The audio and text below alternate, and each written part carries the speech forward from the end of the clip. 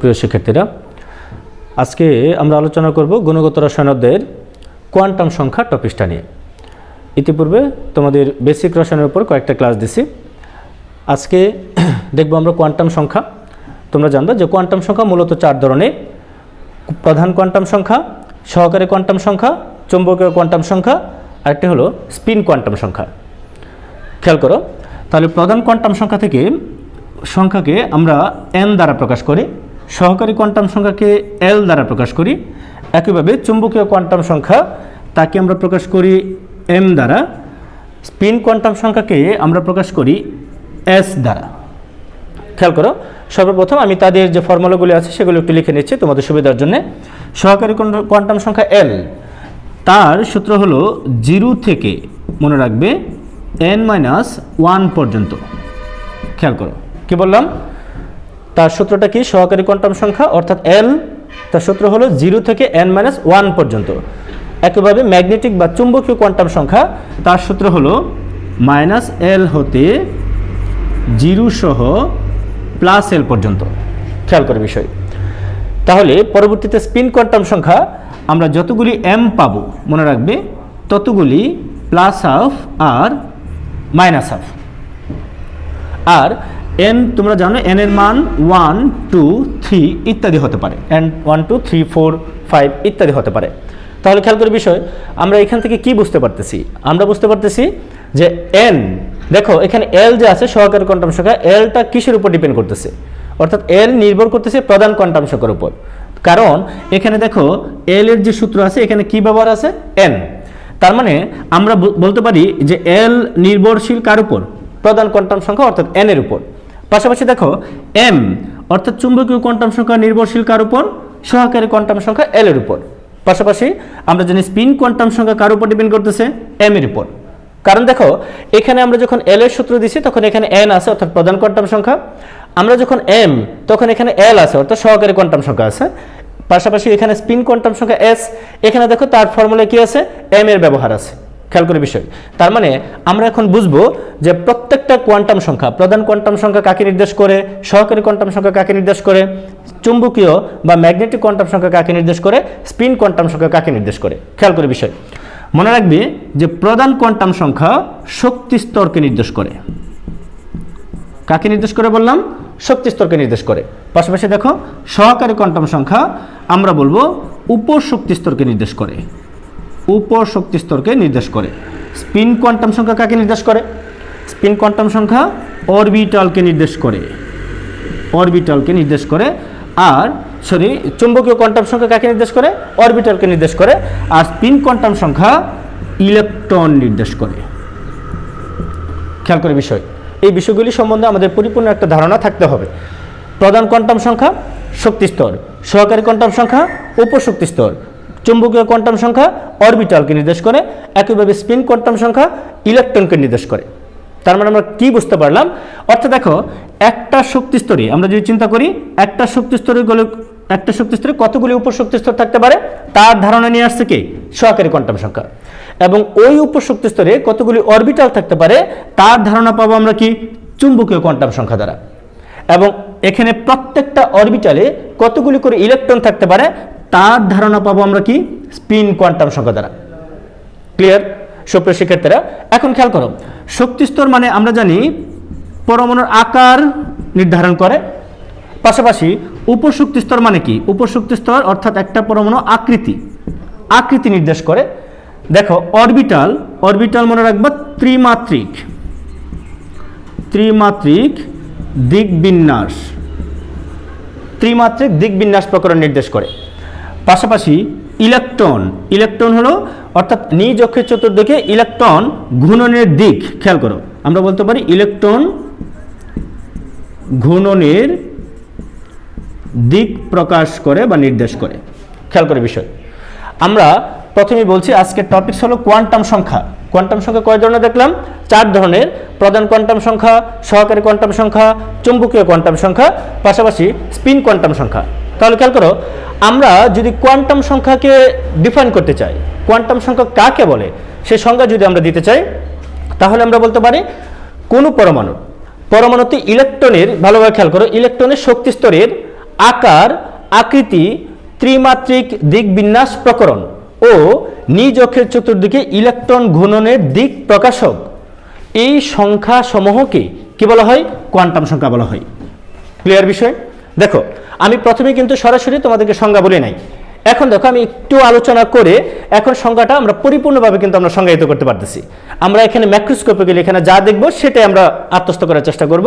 দেখো আমি বললাম পরমাণুতে ইলেকট্রনের শক্তি স্তরের কি বললাম? আকার, আকৃতি, ত্রিমাত্রিক দিকবিন্যাস প্রকরণ ও নিজ অক্ষের চতুর্দিকে ইলেকট্রন ঘূর্ণনের দিক প্রকাশক এই যে সংখ্যাগুলি আছে, চারটা সংখ্যা, যেমন n, l, m, s, এই সংখ্যা সমূহকে কি বলা হয়? কোয়ান্টাম সংখ্যা বলা হয়। ক্লিয়ার বিষয়?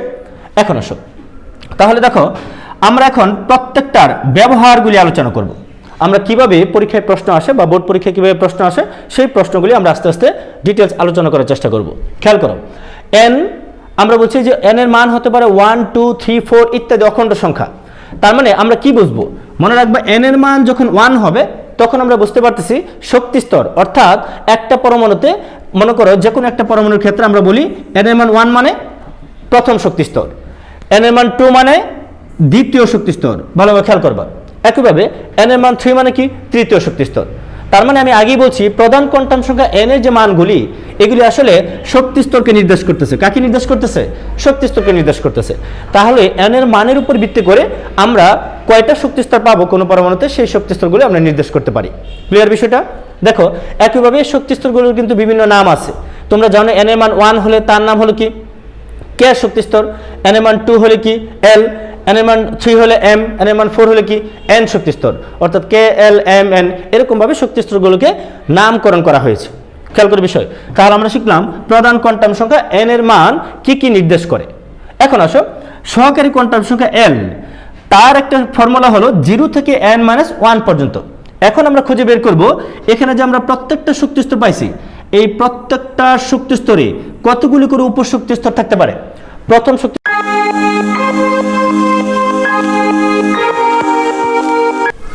করোনা পরিস্থিতির কারণে শিক্ষা প্রতিষ্ঠান বন্ধ থাকা অবস্থায় ডিকেজিএস ইউনাইটেড কলেজের অনলাইন ক্লাসগুলো নিয়মিত চালু ছিল এবং এখনও আছে।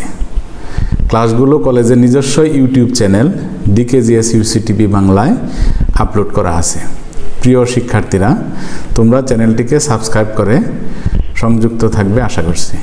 স্তরে কয়টা উপশক্তি স্তর থাকতে পারে তার ধারণা দিবে কে? l। দ্বিতীয় শক্তি স্তরে কতগুলো উপশক্তি স্তর থাকতে পারে তার ধারণা দিবে কে? l। অর্থাৎ l মানে আমরা বলতেছি সহকারী কোয়ান্টাম সংখ্যা। তাহলে সহকারী কোয়ান্টাম সংখ্যা কিসের ধারণা দিবে? ধারণা দিবে এখানে প্রত্যেকটা শক্তি স্তরে কতগুলি করে উপশক্তি স্তর থাকতে পারে তার ধারণা দিবে। খেয়াল করে বিষয়। আমি যদি এখানে n এর মান যদি 1 বসাই, n এর মান 1 কথার অর্থ কি? n এর মান 1 কথার অর্থ হলো যে প্রথম শক্তি স্তরে কয়টা উপশক্তি স্তর থাকতে পারবে। খেয়াল করে বিষয়। আমি n এর মান যদি 1 বসাই তাহলে 0 থেকে 1-1 মানে 0 থেকে 0 পর্যন্ত সবগুলি 0 লেখার তো কোনো প্রয়োজন নাই। খেয়াল করো, তাহলে l এর মান কত পাইলাম? 0। তাহলে দেখো l এর মান 0 পাইলাম, আর 0 হলেই তার নাম তোমরা জানো s উপশক্তি স্তর। নাম কি? s উপশক্তি স্তর। যখনই l এর মান 0 হচ্ছে তখনই তাকে নামকরণ করা হচ্ছে কি? s উপশক্তি স্তর। অর্থাৎ আমরা যখন n এর মান 1 ছিল তখন তাকে আমরা বলছি k শক্তি স্তর, n এর মান 2 হলে তাকে আমরা বলছি কি? l, n এর মান 3 হলে বলছি কি? m, n এর মান 4 হলে আমরা বলছি কি? n। তাহলে এই যে এগুলি k, l, m, n এগুলি হলো শক্তি স্তর। একইভাবে n এর মান 1 বসাইছি সহকারী কোয়ান্টাম সংখ্যার এই ফর্মুলায়, আমরা l এর মান পেয়ে গেলাম 0, আর l এর মান যখন 0 তখনই আমরা তাকে বলছি কি? s উপশক্তি স্তর। কোন উপশক্তি স্তর? s উপশক্তি স্তর। এখন আসো আমি বসাবো n এর মান 2 বসাবো। কি বললাম? n এর মান 2, তার মানে আমরা পেয়ে গেলাম প্রথম শক্তি স্তরে একটা উপশক্তি স্তর থাকতে পারে, সেটা হলো s। এখন যদি n এর মান 2 বসাই, n এর মান 2 বসানোর অর্থ কি? অর্থ হলো দ্বিতীয় শক্তি স্তরে, অর্থাৎ এখানে যে দ্বিতীয় শক্তি স্তর আছে এই দ্বিতীয় শক্তি স্তরে উপশক্তি স্তর কয়টা থাকবে সেটা আমরা খুঁজে বের করব। খেয়াল করে বিষয়। তাহলে n এর মান আমরা কত বসাবো? 2 বসাবো। তাহলে 0 থেকে 2-1 পর্যন্ত, তার মানে 0 থেকে 1 পর্যন্ত কত আসে? 0 থেকে 1 পর্যন্ত। তার মানে 0 তো আছেই, পাশাপাশি কি? 1। n এর মান যখন 2, ভালোভাবে খেয়াল করবা, n এর মান যখন 2, l এর মান পাইলাম তখন 0 আর কি? 1। সূত্রটা ভালোভাবে বোঝার চেষ্টা করো। তোমাকে কিন্তু বলছে 0 থেকে n-1 পর্যন্ত, তার মানে n এর মান 2 এর জন্য 0 থেকে 2-1 পর্যন্ত কথাটা মনে রাখতে হবে। তাহলে 2-1 মানে কি 0 থেকে 1 পর্যন্ত, তার মানে 0 আছে 1ও আছে।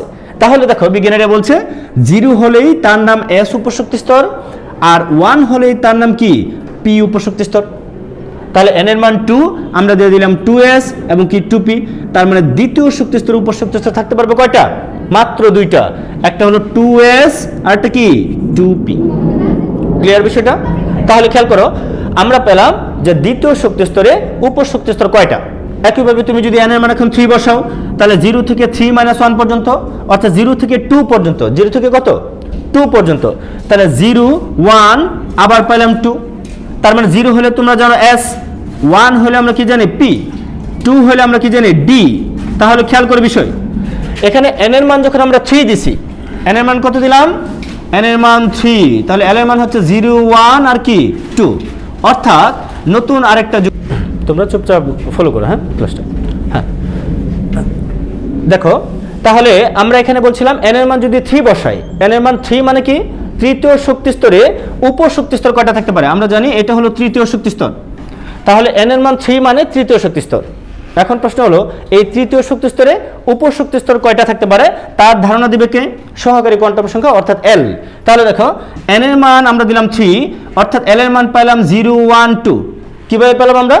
আমরা এখানে মানটা বসালাম, n এর মান হলো 3, তাহলে 0 থেকে 3-1 পর্যন্ত কত হলো? 0 থেকে 2 পর্যন্ত। এই জন্য আমাদের বলতে হবে 0 1 2, অর্থাৎ s p আর d। যেহেতু n এর মান 3, এই কারণে আমরা এখানে লিখলাম 3 লিখে দিলাম, তার মানে 3s 3p 3d। অর্থাৎ এই যে তৃতীয় শক্তি স্তর, এখানে থাকতে পারে 3s, এখানে থাকতে পারে 3p, থাকতে পারে কি 3d। খেয়াল করে বিষয়, তাহলে আমরা শিখলাম একটা শক্তি স্তরে, অর্থাৎ এখানে প্রত্যেকটা শক্তি স্তরে কতগুলি করে উপশক্তি স্তর থাকতে পারে তার ধারণা দিচ্ছে কে? সহকারী কোয়ান্টাম সংখ্যা। ক্লিয়ার বিষয়টা? এখন খেয়াল করো, আমরা চলে আসি ম্যাগনেটিক কোয়ান্টাম সংখ্যা বা চৌম্বকীয় কোয়ান্টাম সংখ্যা। এটা আমরা কিভাবে ক্যালকুলেট করব? খেয়াল করে বিষয়, এখানে সূত্র আছে কি দেখো, এখানে আছে -l হতে 0 সহ +l পর্যন্ত। অর্থাৎ আমরা এখানে l এর মান পেলাম কি 0, 0 মানে কি s উপশক্তি স্তর, আর l এর মান পেলাম কি 1, 1 মানে p, আর l এর মান 2 মানে কি d। এখন এই প্রত্যেকটা উপশক্তি স্তরে কতগুলি করে অরবিটাল থাকতে পারে তার ধারণা দিচ্ছে কে? ম্যাগনেটিক কোয়ান্টাম সংখ্যা বা চৌম্বকীয় কোয়ান্টাম সংখ্যা।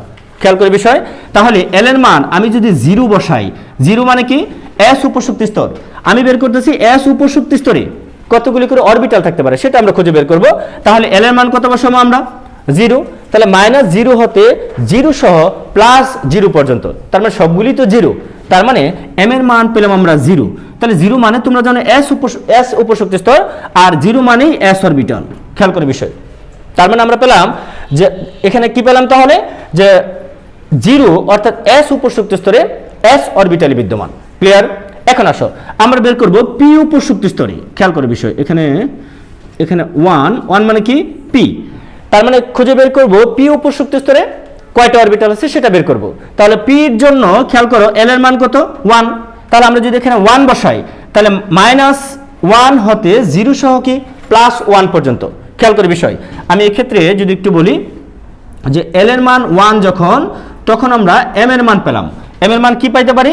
-1 হতে 0 সহ +1। খেয়াল করে বিষয়, এখানে কিন্তু -1 0 +1 এগুলো কিন্তু প্রত্যেকটা অরবিটাল। এখানে -1 মানে একটা অরবিটাল px, এটা py, এটা কি pz। তার মানে l এর মান যখন 1, তখন m এর মান পাইলাম 3টা। তার মানে এখানে খেয়াল করো, এখানে প্রত্যেকটা হলো অরবিটাল, এর মান 1 হলে তোমরা জানো p, তার মানে আমরা পেলাম p উপশক্তি স্তরে কয়টা অরবিটাল থাকতে পারে, সেখানে থাকতে পারে px, থাকতে পারে py এবং কি pz। ক্লিয়ার বিষয়টা?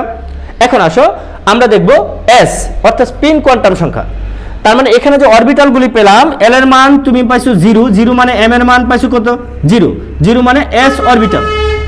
এখন আমরা খুঁজে বের করব প্রত্যেকটা অরবিটালে কতগুলো করে ইলেকট্রন থাকতে পারে সেটা আমরা খুঁজে বের করব। খেয়াল করে বিষয়, তাহলে m এর মান যদি 0 হয়, 0 মানে কিন্তু 0 নয়, সামথিং মিনিংফুল।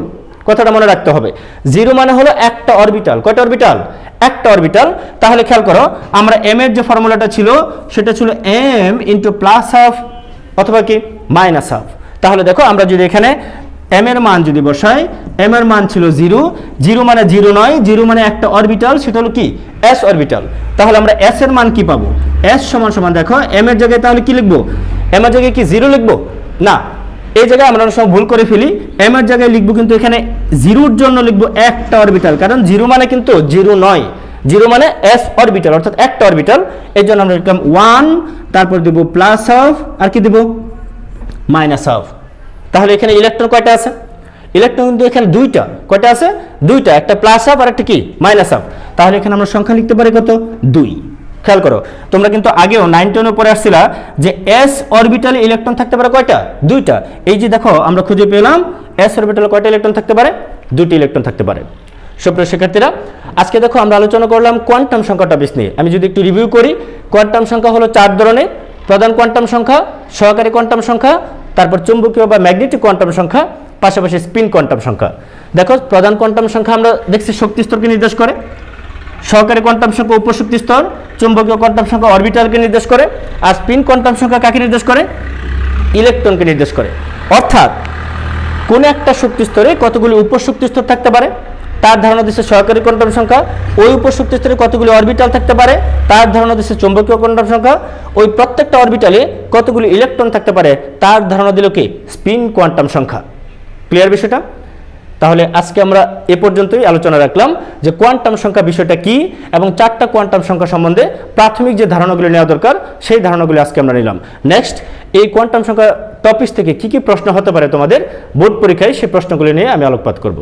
সব শিক্ষার্থীরা ভালো থাকো সবাই।